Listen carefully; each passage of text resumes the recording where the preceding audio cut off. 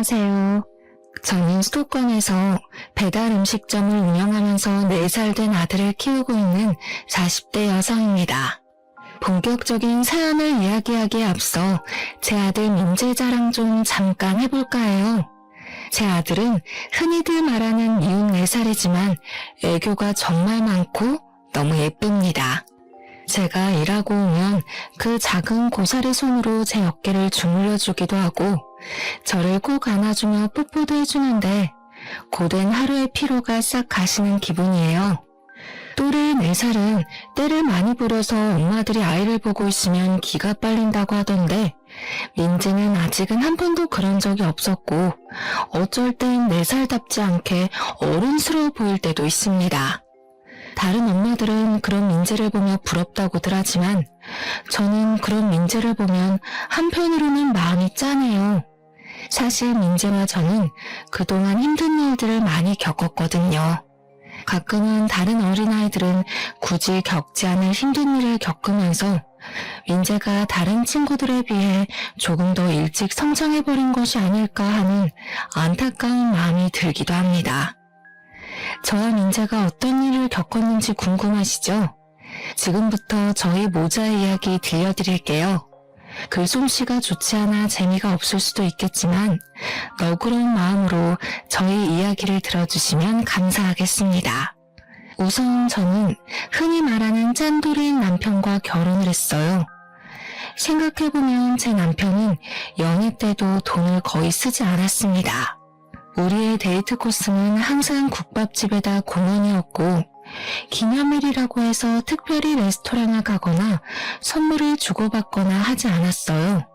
그래도 큰 불만은 없었던 것이 사실 우리 집도 잘 사는 형편은 아니었고 그 당시에는 남편에게 푹 빠져서 같이 보내는 시간 자체가 참 좋았습니다. 그러다가 우리는 결혼을 생각하게 되었고 신혼집은 제가 살던 집으로 정했는데 그 집은 저 혼자 20살 때부터 자취하며 돈을 모아 마련한 제 명의의 집이었어요. 비록 변두리이고 구축의 투룸이기는 하지만 남편과 제 회사가 가까웠고 근처에 대형마트나 편의점 등의 각종 편의시설이 많아서 둘이 살기에는 만족스러웠습니다. 또한 집을 구한다고 대출을 추가로 받지 않아도 되니 살림에도 큰 보탬이 되었죠.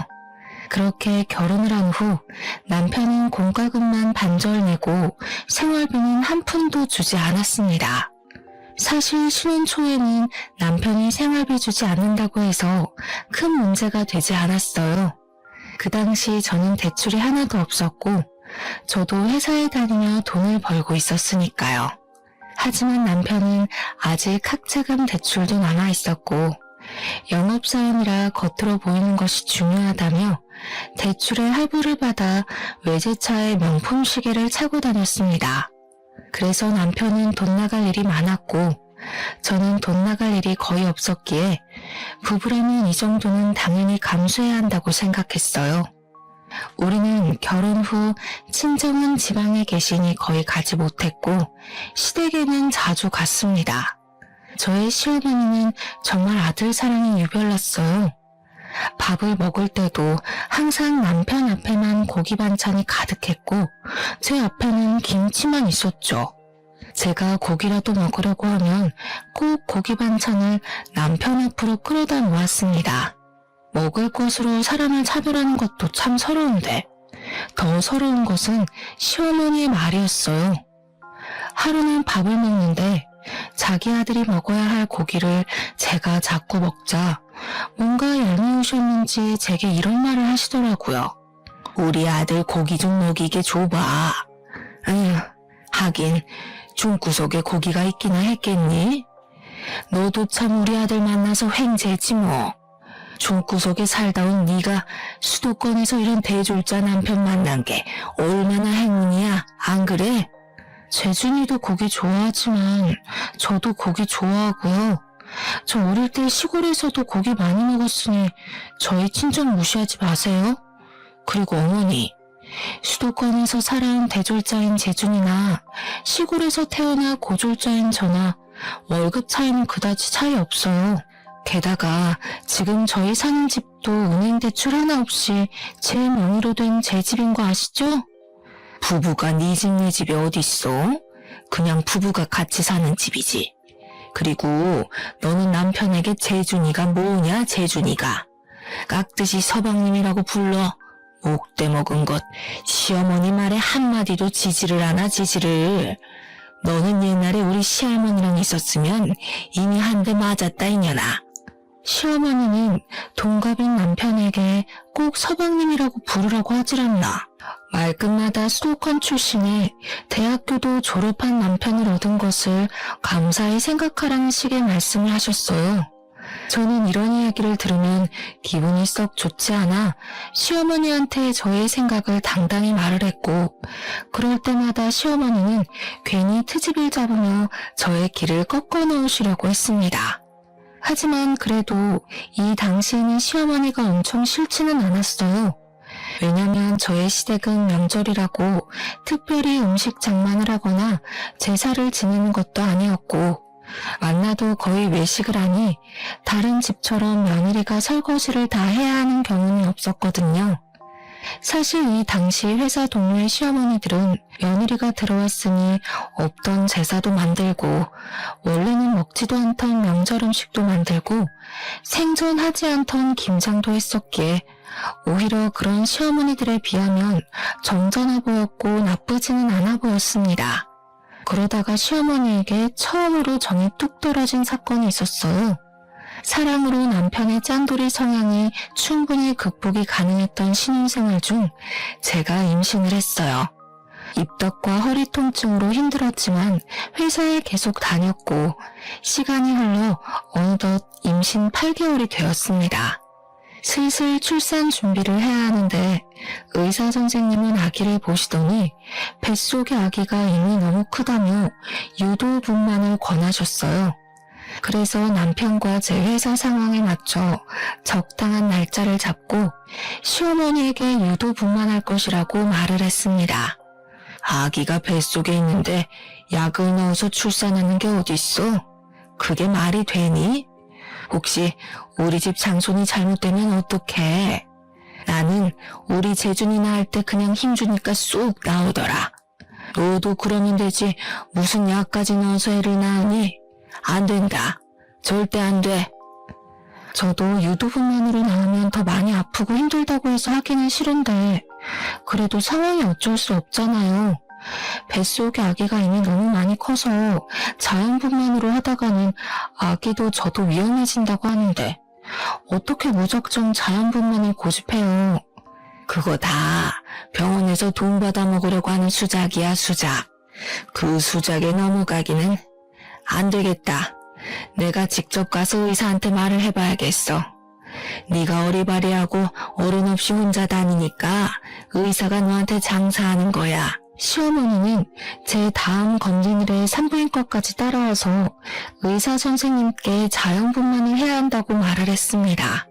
의사 선생님은 처음엔 아이가 커서 위험하다고 좋게 말했지만 그래도 시어머니가 끝까지 자연분만을 해야 한다고 고집하자 그러다가 아기도 죽고 산모도 죽을 수도 있다고 하며 다들 죽는 꼴 보고 싶으면 그렇게 하시라고 단호하게 말씀했어요. 그날 집에 오면서 시어머니는 저에게 도대체 몸 관리를 어떻게 했길래 아기가 그 모양까지 컸냐고 하며 저를 구박했습니다. 물론 틈틈이 운동을 못한 제 잘못도 있긴 하지만 솔직히 오전 9시부터 오후 6시까지 사무실에서 일하고 나면 저도 피곤하고 집안일도 태산인데 언제 운동을 할 수가 있나요? 집안일 한 번 도와주지도 않았으면서 꼭 제가 몸 관리 잘못해서 그런 것처럼 타박하시니 참 속상했습니다. 어찌됐든 시간이 흘러 드디어 분만하는 날짜가 왔어요. 친정 부모님은 아침 일찍부터 오시려고 했으나 갑자기 일이 생겨서 밤에나 오실 수 있다고 했고 시어머니와 남편이 보호자로 병원에 왔습니다. 본격적인 진통이 시작되면서 태어나서 처음 느껴보는 엄청난 고통이 쓰나미처럼 밀려오는데 정말 이러다가 죽을 것 같았어요. 대충 이미 출산한 언니들로부터 진통에 관한 이야기는 들었지만 이런 엄청난 진통이 오리라고는 상상조차 못했습니다. 진통이 없을 때는 거의 기절해 있다가 진통이 올 때는 짐승처럼 울부짖었던 것 같아요. 그런데 더 큰 문제는 아기가 도통 내려오지 않았습니다. 게다가 저는 오랜 시간 진통을 겪어내느라 힘이 빠져 있었고 뱃속의 아기는 심박수가 매우 불안정한 상태였어요. 의사 선생님은 이대로 가다가는 위험할 것 같으니 수술을 해야 할 것 같다고 하며 시어머니와 남편에게 말했습니다. 수술은 무슨 수술이에요? 보호자인 내가 허락 못해요. 보호자가 허락 안 하면 어쩔 건데요? 현재 우리나라 법상 산모님만 동의하시면 의사의 판단하에 언제든 제왕절개 가능합니다. 지금 산모분 호흡도 불규칙적이고 아이가 위험해요. 이러다가 아기도 산모도 위험해집니다. 그러니 지금 바로 수술 진행하겠습니다. 아니, 그래도 안 된다니까요. 애를 억지로 약 넣어서 출산하는 것도 기가 막힐 노릇인데 수술까지 해서 애를 낳아요?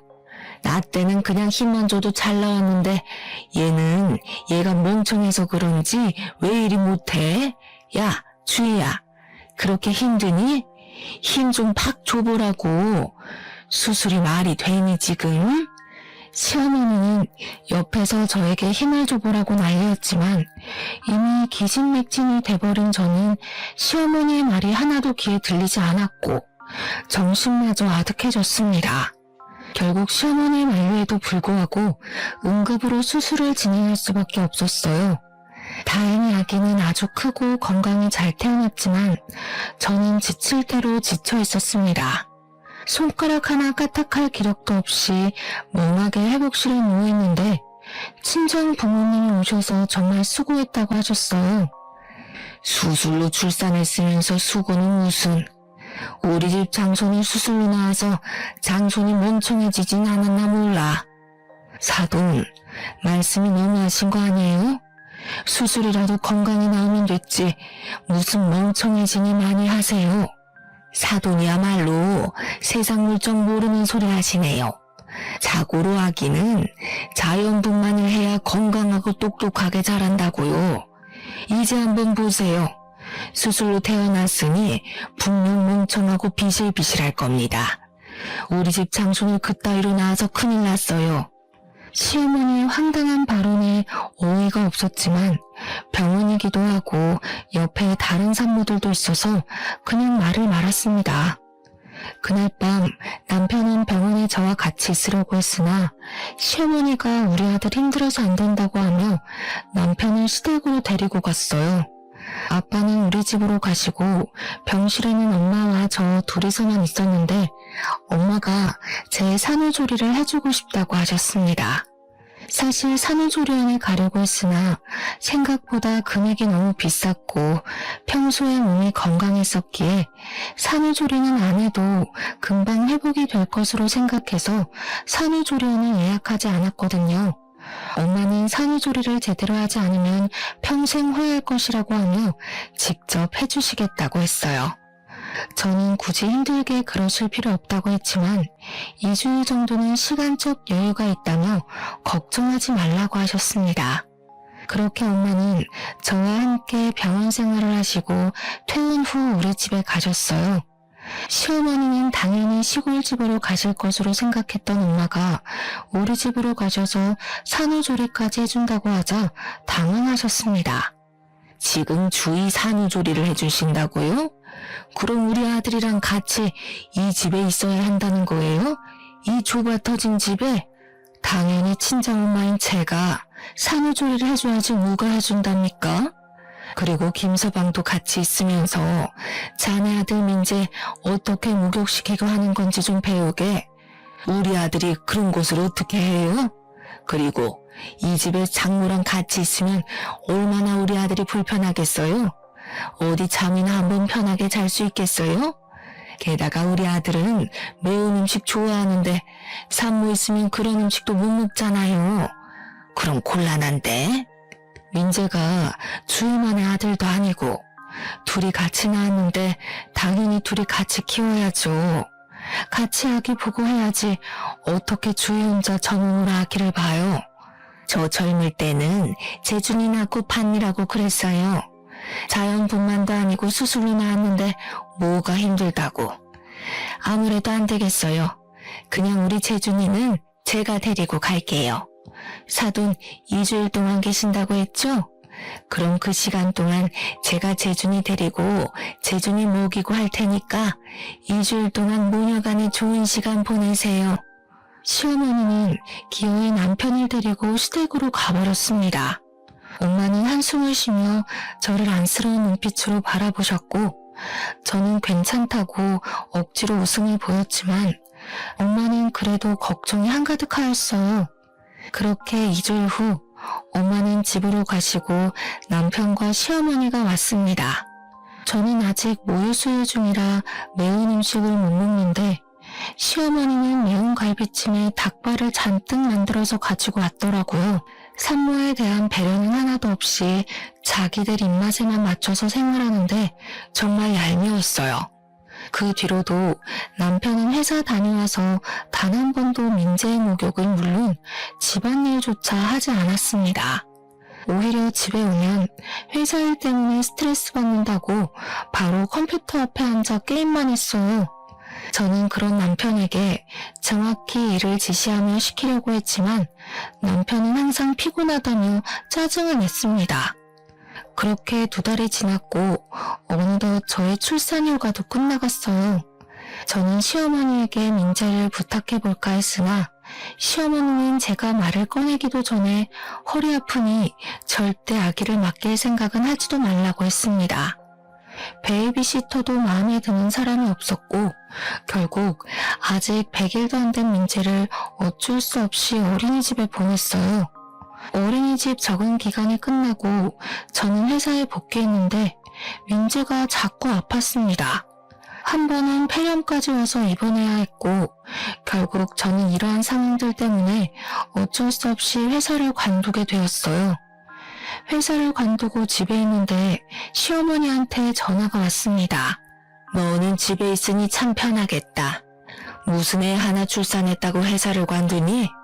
나 때는 민재 낳고도 없고 밭일도 하고 시부모도 모시고 다 했어. 하여튼 요새 젊은 사람들은 편한 것만 알지 고생하려는 마음은 눈꼽만큼도 없다니까. 제가 회사를 관두고 싶어서 관둔 것도 아니고 민재를 봐준 적도 없는 시어머니가 이런 식으로 말하자 너무 화가 났어요. 그때는 밭일이고 지금은 회사잖아요. 회사에 갓난아기를 업고 어떻게 가요? 그게 말이 돼요? 요새 같은 세상에 그러면 뉴스에 나와요. 그리고 이런 말씀하시기 전에 어머니가 직접 민재 좀 봐주시던가요. 그것도 아니면 다시는 전화해서 그딴 이야기 하지 마세요. 아시겠어요? 이게 말하는 꼬락선이 좀 보소. 아무튼 그건 그렇고 너 이번에 퇴직금 받지? 지금 회사 20살 때부터 다녔으니까 퇴직금 꽤 나올 것 아니냐. 그 퇴직금 나 좀 이번에 주면 안 되겠니? 나도 염치가 있으니 다는 말고 절반만이라도. 내가 우리 남편 죽고 나서 사망보험금을 연금으로 어찌어찌 살긴 사는데 나도 요새 경제적으로 아주 힘들구나. 제 퇴직금을 달라고요? 제가 왜요? 어머니께서 저를 키우신 것도 아니고 제가 일해서 제가 번 돈인데 우리 엄마도 탐내지 않는 제 퇴직금을 왜 제가 어머니께 드려야 하죠? 그래도 내가 민재 할머니고 네 남편의 엄마잖니. 그니까 뭐 네 엄마도 되는 거지 뭐. 안 그래? 네? 그게 무슨 소리예요. 그리고 솔직히 남편이 학자금 대출에 할부금 갚느라 생활비도 안 주는데 이 돈이라도 있어야 민재도 키우고 하죠. 시어머니는 저에게 아주 당당하게 내 퇴직금을 요구했습니다. 저는 그런 시어머니의 요구가 전혀 이해가 되지 않았고 시어머니 역시 퇴직금을 주지 못하겠다는 저를 이해하지 못했어요. 그날 저녁 퇴근하고 온 남편은 저에게 부부는 같이 생활하는 사람인데 어떻게 퇴직금을 혼자 쓸 생각을 하냐며 뭐라고 했고 저는 그동안 생활비 한 번 주지 않은 남편이 이런 말을 할 자격이 있나 싶어 우리는 크게 싸웠습니다. 그 뒤로도 가면 갈수록 남편과 함께 사는 것이 힘들었어요. 게다가 시어머니는 제가 회사를 관둔 뒤로 거의 매일 우리 집에 와서는 살림에 대해 잔소리를 해댔고, 우리 집에서 좋아 보이는 것이나 이쁜 것이 있으면 말도 하지 않고 가져갔습니다.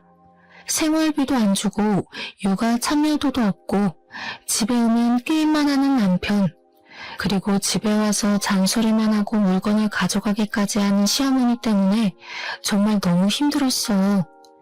그나마 옆집 언니가 가끔 답답한 마음에 하소연하면 항상 저를 진심으로 걱정하며 위로해 주었습니다. 이 언니는 남편이 이혼 전문 변호사였고 둘의 사이는 정말 좋았으나 아기가 생기지 않았고 그래서인지 민지를 친조카처럼 예뻐해 주었어요. 그렇게 2년이라는 시간이 지났습니다. 2년 동안 저는 집에서 아이를 보면 이것저것 집에서 할 수 있는 온갖 부업들을 하며 생활비를 벌었어요. 남편은 여전히 육아, 집안일에는 뒷전이었고 생활비도 주지 않았습니다. 진작부터 이런 남편과 이혼하고 싶었지만 그냥 이혼하자니 이혼을 안 해주더라고요. 옆집 언니 말로는 합의 이혼으로 안 되면 이혼 소송을 해야 하는데 확실히 하려면 여러 가지 증거가 있어야 한다고 해서 이혼 소송을 위한 적당한 기회만 노리고 있었습니다. 저는 이혼할 준비를 하면서 앞으로 무엇으로 민재와 먹고 살아나갈지 고민을 했어요. 이혼하면 제가 로또가 되지 않는 이상 정기적으로 돈을 벌어야 하는데 민재가 어린이집을 다니기는 하지만 당장 열이 나거나 아프면 봐줄 사람이 없어서 일반 회사에 다니기는 힘들었습니다. 그래서 무엇을 해볼까 고민을 하다가 일단 내가 가장 잘하는 일이 무엇인지 생각했어요. 사실 저는 요리에 관심이 많았고 결혼 전 취미로 요리를 배워서 한식, 양식 조리사 자격증도 땄습니다. 이러한 특기를 바탕으로 주식 투자했던 돈과 퇴직금을 긁어모아 배달만 하는 음식점을 차렸어요. 민재가 어린이집에 가 있는 동안 근처 아파트를 직접 뛰어다니며 사람들에게 홍보했더니 생각보다 주문이 많이 들어왔습니다. 게다가 음식을 먹어본 사람들이 맛있다고 하여 재주문하는 경우도 꽤 많았어요. 중간중간에 민재가 열이 나거나 아플 때는 가게에 민재와 함께 있어야 해서 힘들기는 했지만 그래도 집에서 부업만 할 때보다 많은 돈을 벌 수 있어서 좋았습니다. 제가 이렇게 장사가 잘 될 동안 남편은 코로나의 여파로 회사 경영이 어려워져서 회사를 잘렸어요. 회사 잘리고 남편은 집에서 민재보다 컴퓨터를 더 아끼며 본격적으로 게임만 했습니다. 정말 꼴보기 싫어서 밥도 차려주지 않았지만 참 얄밉게도 엄마가 시골에서 쌀과 각종 밑반찬을 보내주셔서 남편이 밥 하나는 기가 막히게 챙겨 먹었어요. 하루는 가게를 마치고 아이를 하원시켜 집에 왔는데 집 화장실에 못 보던 반지가 하나 있었습니다. 저는 음식을 하다 보니 반지를 아예 끼고 다니지 않았어요. 남편에게 이게 뭐냐고 물으니 당황한 표정을 지으며 엄마가 아까 왔다 가서 놓고 간 반지라고 했습니다. 그런데 어르신들이 하기에는 조금 어울리지 않는 모양의 반지였어요. 극도로 당황하는 남편의 표정과 화장실에 있던 반지가 뭔가 수상쩍었습니다. 그리고 곰곰이 생각해보니 저는 머리가 단발인데 자꾸 집에서 긴 머리카락이 나왔어요. 이상함을 느낀 저는 남편 몰래 초소형 카메라를 구매해서 새벽에 남편 몰래 설치했습니다. 다음날 오전에 마트에서 장보고 가게에 가는데 시어머니가 자주 다니던 화장품 가게에서 나와 내 쪽으로 걸어오고 있었어요. 그런데 시어머니 옷차림새가 조금 이상했습니다. 날씨가 엄청 더운 날이었는데 시어머니는 가디건을 입고 있더라고요. 저는 시어머니에게 다가가 이 날씨에 긴팔 가디건을 입고 안 더우시냐고 했더니 자기는 나이 먹어서 춥다고 했습니다.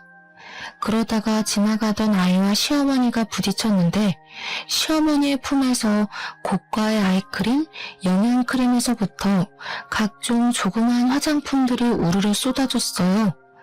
쏟아진 화장품을 시어머니와 함께 주우며 이게 다 무엇이냐고 물었습니다.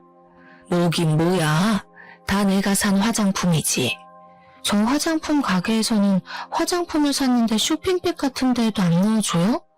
그래도 저 화장품 가게 단골이신데 너무하네요. 아 몰라. 아무튼 나 바빠서 간다. 시어머니는 허둥지둥 화장품들을 챙겨서 후다닥 가버렸고 저는 도대체 무슨 바쁜 일이 있어서 저리 가시나 싶어 이상했습니다. 그리고 그날 오후가 되었어요. 주문이 많아 음식을 하느라 바쁜데 시어머니가 그 여름에 웬 털모자를 쓰고 왔습니다. 원래 답답하다고 하며 모자를 생전 안 쓰시던 분인데 여름에 털모자를 쓰니 뭔가 이상했어요.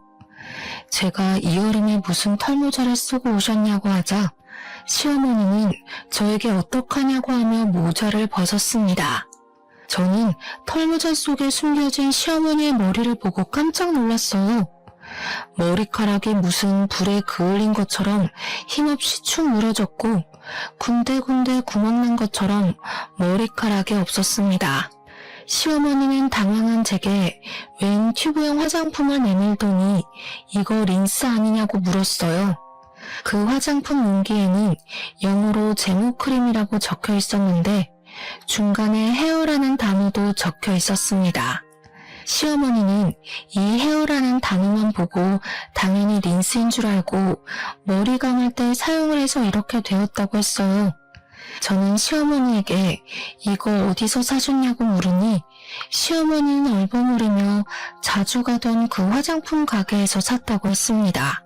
그럼 화장품 가게에서 린스를 산다고 했는데 이 제모크림을 주셨다고요? 이거는 그 화장품 가게에 완전히 잘못한 거죠. 바로 화장품 가게에 가서 어떻게 된 거냐고 따져야겠어요. 얘야, 그럴 필요 없다. 자주 가는 단골 화장품 가게인데 뭐하러 따지니? 앞으로도 종종 만나야 할 텐데. 그냥 내 머리는 어쩔 수 없고 이참에 미용실에 가서 머리 좀 손질하고 영양크림인가 뭔가 좀 넣고 하게 돈 좀 줘보렴. 네? 왜 그 돈을 저한테 청구하세요? 당연히 화장품 가게에다 청구하셔야죠. 지금 화장품 가게에서 잘못 줘서 제모크림으로 머리를 감아서 이렇게 된 건데 당연히 화장품 가게에서 책임져야 하는 거 아닌가요? 안 되겠어요. 제가 직접 가서 따져야겠어요. 그 사거리 약국 옆에 화장품 가게 맞죠? 저는 화장품 가게에 가서 따지려고 했지만 시어머니가 저를 말렸습니다. 원래 시어머니 성격상 이런 일 당하면 끝까지 따질 사람인데 그냥 있는다니까 이게 무슨 일인가 싶었어요. 저는 화장품 가게에 가려고 했으나 시어머니가 끝까지 말리기도 했고 배달 주문도 들어와서 그냥 가만히 있었습니다. 시어머니가 가시고 혼자 일을 하는데 그날따라 주문이 많아서 식재료가 부족했어요. 그래서 마트에 장 보러 갔다가 시어머니의 단골 화장품 가게를 잠깐 들렸습니다. 마침 집에서 쓰던 샴푸도 떨어지고 도대체 어쩌다가 제모크림을 린스로 착각하고 건넸는지 궁금했거든요. 들어가 보니 젊은 여직원 뒤로 시어머니가 썼던 튜브형 제모크림이 있었습니다. 저는 여직원에게 혹시 저 제모크림도 파는 거냐고 했더니 이 제품은 인기가 없기도 하고 유통기한이 지나서 팔지 않는 것이라고 했어요. 시어머니는 분명 여기서 저 제모크림을 샀다고 했는데 저는 제모크림은 파는 것이 아니라고 하는 것이 이상했습니다. 저는 여직원에게 시어머니의 이름을 말하며 혹시 아느냐고 물었어요.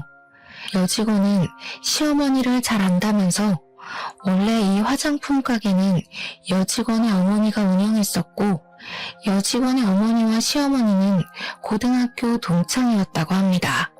동창이라는 이유로 시어머니는 매일 화장품 가게를 찾아왔는데 사실 여직원의 어머니는 시어머니를 그다지 좋아하지 않으셨대요. 시어머니가 와도 매출을 올려주는 것도 아니었고 이래야 하는데 샘플만 왕창 요구하며 정신이 하나도 없게 만들었다는 것입니다. 그래도 동네 장사이다 보니 시어머니가 오면 어쩔 수 없이 친절하게 응대를 해왔고 그러다가 여직원의 어머니가 몸이 안 좋아져서 이 화장품 가게는 여직원이 운영하게 되었다고 해요. 시어머니는 그 뒤로도 종종 와서 여직원에게 친한 척하며 엄마는 샘플을 항상 많이 챙겨줬다면서 샘플을 달라고 했다고 합니다. 여직원의 어머니도 말 많고 골치 아픈 사람이니 그냥 샘플 줘서 빨리 보내버리라고 하시는 통에 여직원도 아무 말 없이 그냥 커피 한 잔과 샘플을 많이 주며 시간 보내다가 가라고 했다고 해요. 저는 여직원에게 어머니가 가게 안쪽까지 들어오냐고 했더니 항상 와서 가장 안쪽의 의자에 당당히 앉는다고 했습니다. 순간 제모크림을 여직원이 판 것이 아니라 시어머니가 가져가지 않았을까 하는 생각이 들었어요. 사실 그동안 시어머니가 우리 집이나 가게에서 이런저런 자잘한 물건들을 많이 가져갔었거든요. 그래서인지 왠지 모르게 시어머니가 훔쳤을 것이라는 생각이 들었습니다. 저는 혹시나 하는 마음에 시어머니가 왔던 시간에 CCTV를 확인해 보라고 했어요. 마음 같아서는 저도 같이 확인하고 싶었지만 제 가게를 운영해야 했기에 그 말만 하고 나왔습니다. 그렇게 며칠이 지났어요. 가게 일을 마치고 집에 가는 길에 잠깐 쓰레기 버리러 나온 옆집 언니와 마주쳤습니다. 같이 엘리베이터를 타며 이런저런 이야기를 하다가 옆집 언니가 아랫집 여자와 친하냐고 물었어요. 저는 아랫집 여자 누군지도 모른다고 하니 아랫집 여자가 자꾸 오후에 우리 집에 들락날락한다고 하며 한번 알아보라고 했습니다. 옆집 언니와 헤어지고 집에 들어가려는데 갑자기 화장실에 있던 반지, 짧은 내 머리와는 다르게 긴 머리카락이 자꾸 나오던 것이 생각났어요. 저는 이전에 설치하고 입고 있었던 몰래카메라를 바로 확인하고 싶었지만 남편이 있으니 참았다가 다음날 민재를 등원시키고 가게로 출근해서 몰래카메라를 돌려봤습니다. 몰래카메라에 녹화된 내용을 보니 정말 황당했어요. 옆집 언니의 말대로 제가 가게에서 일하는 그 시간에 우리 집에 아랫집 여자가 왔더라고요. 아랫집 여자는 우리 집에 와서는 제가 자던 그 침대 위에서 남편과 충격적인 행위를 하고 있었습니다. 영상을 본 저는 이성을 잃었고 지금 당장 이혼할 생각으로 집으로 갔어요.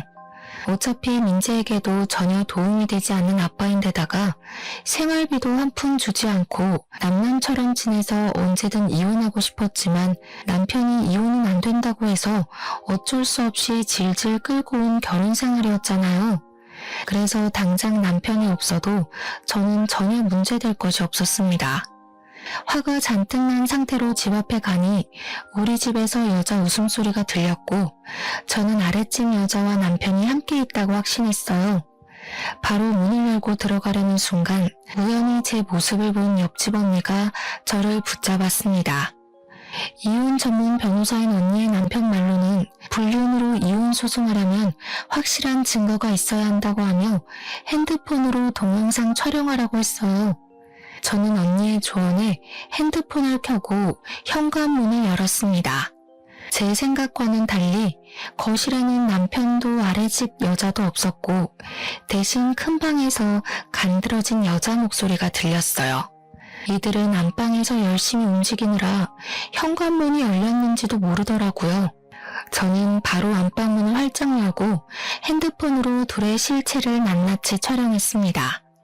생각지도 못하게 나타난 저를 보며 둘 다 깜짝 놀라 어쩔 줄 몰라 했고 그 모습을 고스란히 찍어버렸습니다. 아랫집 여자는 저를 보더니 얼굴을 가리고 후다닥 자기 집으로 도망갔어요. 그동안 내가 일할 동안 너는 전현이랑 이렇게 뜨거운 시간을 보내고 있었어? 잘 됐네. 안 그래도 너한테 5만 가지 정 다 떨어졌는데 확실한 이혼 소송거리 제공해줘서 고마워. 우리 이제 진짜 제대로 끝내자. 아주 피 터지는 싸움을 하더라도 너랑 끝내고 위자료의 양육비까지 제대로 받을 테니까 각오하고 있어. 알겠어? 주희야, 그니까 이게 말이야. 어떻게 된 거냐면 이미 너랑 아랫집 년이랑 같이 침대 위에 있던 모습까지 다 확인했는데 무슨 말이 더 필요해? 우린 이제 끝났어. 참, 이 집 내 집인 거 알지? 지금 당장 나가. 너 짐 전부 다 챙겨서 나가라고. 만약에 나 오늘 가게 일 마치고 왔는데 너랑 너 짐이 아직도 여기에 있으면 너 맨몸으로 쫓아낼 거야. 알겠어? 민재도 있고 너도 있는데 내가 어디를 가? 내가 갈 데가 어디 있다고? 아랫집에 가면 되겠네. 아랫집 그년 집에 둘이서 잘 살면 되겠어. 안 나가면 아주 동네방네 소문 다 내버릴 테니까 그런 줄 알아. 알겠어? 저는 남편에게 있는 힘껏 소리를 고래고래 지르고 바로 옆집 언니한테 가서 언니 남편의 변호사 사무실 주소를 알려달라고 했습니다. 고맙게도 언니는 지금 운전을 못할 것 같으니 같이 가주겠다고 했고 언니와 함께 언니 남편의 사무실에 가서 남편에게는 이혼 소송을, 아랫집 여자에게는 상간녀 소송을 접수했어요. 옆집 언니는 앞으로 싸우려면 밥을 잘 먹어야 한다면서 저에게 굳이 점심을 사주겠다고 했습니다. 솔직히 저는 밥 생각이 없었지만 언니가 저를 끌다시피 해서 시내까지 나갔어요. 백반집을 가다가 시어머니가 자주 다녔던 화장품 가게 앞으로 지나갔는데 그 앞에 사람들이 꽤 몰려 있었고 시끄러웠습니다. 무슨 일인가 해서 언니와 함께 가보니 화장품 가게 앞에서 여직원과 모자를 쓴 시어머니가 말다툼하고 있었어요. 상황을 들어보니 여직원이 제가 간 뒤로 CCTV를 돌려보았고 예상대로 시어머니가 화장품을 이것저것 많이 훔쳐갔었더라고요. 그런데 그 금액이 꽤 커서 가게 여직원이 시모를 절도죄로 고소했다는 것입니다. 하지만 시어머니는 자신의 잘못은 인정하지 않고 그동안 알아온 정이 있는데 어떻게 절도죄로 고소하느냐고 하며 적반하장으로 큰 소리를 치는 상황이었어요. 시어머니는 한창 여직원에게 인정물이 없다고 행패를 부리다가 사람들 사이에 있는 저를 발견했습니다. 우리 며느리야. 내가 여기 화장품 가게 단골인 거 알지? 세상에 내가 이번에 저 여우 같은 년한테 절도죄로 고소를 당했단다. 이게 말이 되니? 아니 어차피 공짜로 들어오는 샘플인데 그거 좀 가져갔다고 내가 고소를 당했어. 고소를. 세상에 어쩜 이리 각박하니? 이게 말이 되니 며느리야? 네가 저 년한테 말 좀 해줘봐라. 말이요? 무슨 말이요? 저는 할 말 없는데요. 그리고 어머니 안 더우세요? 이렇게 더운 날 무슨 모자예요? 저는 세상 억울한 표정을 짓는 시어머니의 모자를 벗겼습니다. 시어머니의 모자를 벗기니 개털 같은 머리카락과 군데군데 구멍난 자국이 보였어요. 아 맞다. 어머니 제모크림으로 머리 감는 바람에 머리카락이 이상해져서 모자 쓰고 다니셨죠? 그런데 그 제모크림 말이에요. 제가 여기 여직원한테 물어보니까 그거 유통기한이 지나서 파는 것도 아니라던데요. 매대에 있던 것도 아니고 직원 자리 뒤에 있던데 어머니는 그것을 어떻게 보고 가져오셔서 그걸로 머리를 감으셨어요? 지금 너 무슨 소리를 하는 거니? 내가 설마 여기 있는 화장품을 진짜 훔쳤다는 거야? 그러지 않고서야 팔지도 않는 그 제모크림을 어떻게 어머니가 가져오셨겠어요? 안 그래요? 게다가 아까 하는 이야기 들어보니까 CCTV에도 확실히 찍힌 것 같던데 그냥 더는 행패 부리지 말고 인정하세요. 얘가 지금 뭐라는 거야? 얘, 너 똑바로 말 안 할래? 젊은 년이 더위를 먹었나? 제정신이야? 저 어느 때보다 제정신이에요, 어머니. 옛말에 공짜 너무 좋아하면 대물이 된다는 말 있죠? 지금 이 상황과 어머니 머리 상태 보니까 그 말이 딱 떠오르네요. 평소에도 맨날 우리 집과 가게에 있는 것들 하나하나 훔쳐가시더니 이제는 남의 가게 제품까지 훔쳐가시면 어쩌자는 거예요. 그리고 할 말이 하나 더 있는데요. 저 이제 이혼해요. 저 이제 아줌마의 며느리 아니라고요. 이혼? 무슨 이혼? 우리 재준이가 너랑 이혼해준대? 네, 이젠 무조건 해야 하거든요. 세상에 되게 잘나신 그 아드님이 아랫집 여자랑 아주 뜨거운 사이더라고요. 하마터면 제 집이 그 둘의 뜨거운 사랑에 불타 없어질 뻔했잖아요. 그래서 착한 제가 그 둘이 알아서 잘 먹고 잘 살라고 저는 빠지려고요. 아줌마. 뭐? 아줌마? 우리 아들이 그렇게 불륜을 저질렀다는 증거라도 있어? 있냐고. 당연히 있죠. 제가 설마 증거도 없이 이러고 있을까봐요? 엄마는 절도죄, 아들은 이혼소송, 아들 불륜녀는 상간녀 소송. 참 볼만하겠네요. 아무튼 아줌마의 머리가 빨리 원상복귀 되기를 바라며 그럼 법원에서 봬요. 저의 폭탄 발언에 주변에 있던 사람들은 다들 시어머니에게 손가락질했고 잠시 후 화장품 가게 여직원의 신고로 경찰들이 와서 업무 방해죄로 시어머니를 데리고 갔습니다. 그날 저녁 어린이집에서 하원한 민재는 옆집 언니에게 부탁하고 저만 집으로 들어갔어요. 제가 그렇게 엄포를 놓았지만 집에는 남편이 아직도 있었습니다. 너 어떻게 우리 엄마가 경찰서에 끌려갔는데 그렇게 모른 척할 수가 있어? 아줌마라고도 하면서 내 이야기도 했다면서? 이제 우리 이혼할 건데 너희 엄마가 경찰서에 끌려가든 감옥에 가든 그게 뭔 상관이야. 그리고 너 내가 나가라고 했지. 안 나가? 나 너랑 절대 이혼 못해. 안 해. 절대 이 집에서 한 걸음도 못 나가. 남편은 저에게 절대 나가지 않겠다고 강력히 주장했습니다. 저는 그런 남편이 그동안 애지중지했던 컴퓨터 모니터를 그대로 뽑아와서 바닥에다가 내던졌어요. 야, 너 어떻게 이 모니터를 이렇게 박살낼 수가 있어? 이게 얼마짜린데? 그래봤자 그냥 컴퓨터가 컴퓨터지. 너같이 게임에만 정신 팔린 인간을 더는 내 아들의 아빠로 두고 볼 순 없어. 당장 나가. 안 나가면 나 본체도 던져버릴 거야. 본체는 그냥 아파트 베란다에서 던져버려야겠다. 저는 정말 본체를 던져버릴 기세로 베란다 문을 열었습니다. 남편은 저의 모습에 벌벌 떨며 컴퓨터가 있는 방문을 닫고 잽싸게 저를 막아서더라고요. 그러면서 지금 당장 나가겠다고 하며 본체를 챙겼습니다. 남편의 그런 모습을 보니 어이가 없기도 하고 기가 막히더라고요. 게임에 정신 팔린 놈. 너는 사람보다 본체가 더 소중하냐? 너 같은 놈이 어떻게 우리 민재 아빠가 되었는지. 그거 들고 당장 꺼져. 너 짐들이랑 이혼 서류는 너네 엄마 집에 다 보내줄 테니까 이혼 서류 작성해서 법원 앞에서 보자. 다시는 내 앞에 나타나지 마. 한 번만 더 나타나면 나 너 머리털 한 올 한 올 다 뽑아버릴 거야. 알겠어? 그리고 우리 민재 앞에도 얼쩡대지 마.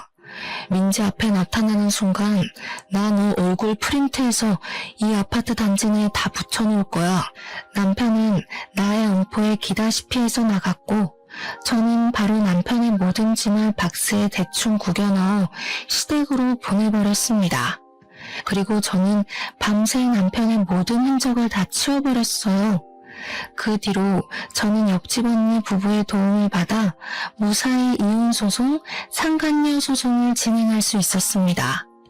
시간이 흐른 지금 시어머니는 기나긴 재판 끝에 징역 6개월형이 선고되었어요. 남편은 이혼소송 끝에 위자료와 양육비를 지급하라는 판결을 받았고 당연히 제 집에서 쫓겨났습니다. 시댁에 들어가서 살려고 했으나 시어머니도 재판을 받으면서 경제적으로 많이 어려워져 집을 팔아버렸더라고요. 그래서 남편은 자신이 끌고 다니던 자동차와 시계, 컴퓨터까지 다 팔고 고시원에 들어가서 어찌어찌 살고 있습니다. 그리고 남편과 불륜을 저질렀던 아랫집 여자는 당연히 자신의 남편에게 이혼당하고 이 동네 얼굴뿐 아니라 살던 호수의 직장까지 소문이 쫙 퍼져서 밤에 도망치듯 어디론가 떠나버렸다고 해요. 그리고 저는 여전히 장사가 잘 되고 시에서 식품위생업소로 선정되어 아주 바쁘게 생활하고 있습니다. 가끔 정말 바쁜 날에는 옆집 언니네 부부가 우리 민재를 돌봐주기도 하고 있어요. 민재 역시 어린이집에서 친구들과 아주 원만하게 지내며 아빠 없는 생활에 적응하고 있습니다.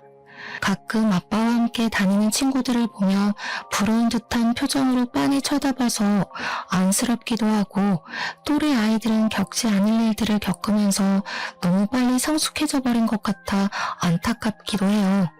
지금까지는 민재가 힘들게 살았을지 몰라도 앞으로는 민재가 활짝 웃으며 여느 아이들처럼 해맑게 자랐으면 좋겠습니다. 햇살 좋고 날도 좋은 가정의 달 5월이 되었어요. 남들은 어린이날이다 어버이날이다 해서 다들 연휴에 놀러가고 가족끼리 추억을 쌓을 계획에 들떠있지만, 저는 오늘도 민재와 저의 행복한 미래를 위해 열심히 일하고 있습니다. 남들처럼 재밌는 추억을 쌓지 못하고 저녁만 되면 너무 피곤하고 지치기는 하지만 저의 삶에 후회는 없어요. 앞으로도 저는 지금처럼 민재의 엄마로서 있는 힘껏 최선을 다해 살아나가겠습니다. 바쁜 시간을 내어 저의 이야기를 들어주신 청취자 여러분은 그 어느 해보다 행복한 5월이 되시기를 바라며 오늘 저의 사연은 이만 끝내려 합니다. 들어주셔서 감사합니다.